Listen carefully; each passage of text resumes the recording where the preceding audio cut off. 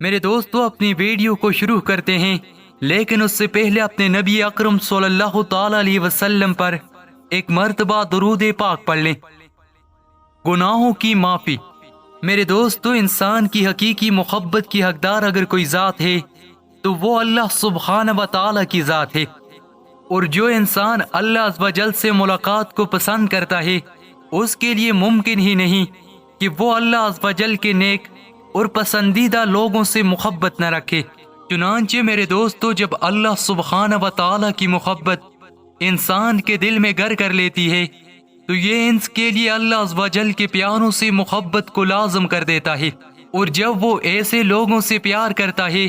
تو یہ محبت اللہ کے لیے محبت کہلاتی ہے۔ میرے بھائیو، جن بندوں نے اپنی چاہت، اپنے تعلقات کی بنیاد اللہ کی رضا کو بنا دیا، اور وہ جس سے محبت کرتے ہیں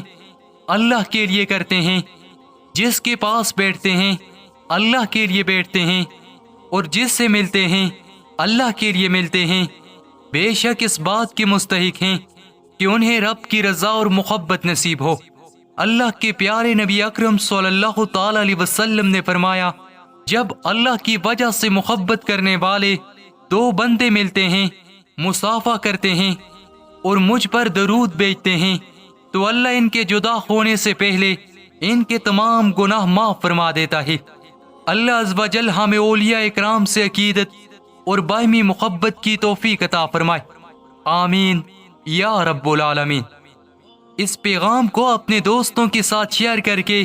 اس میں اپنا حصہ ضرور شامل فرمائیں۔ یہ پیغام تا قیامت پھیلتا رہے گا، اس کا اجر و ثواب آپ اور ہمیں ملتا رہے گا۔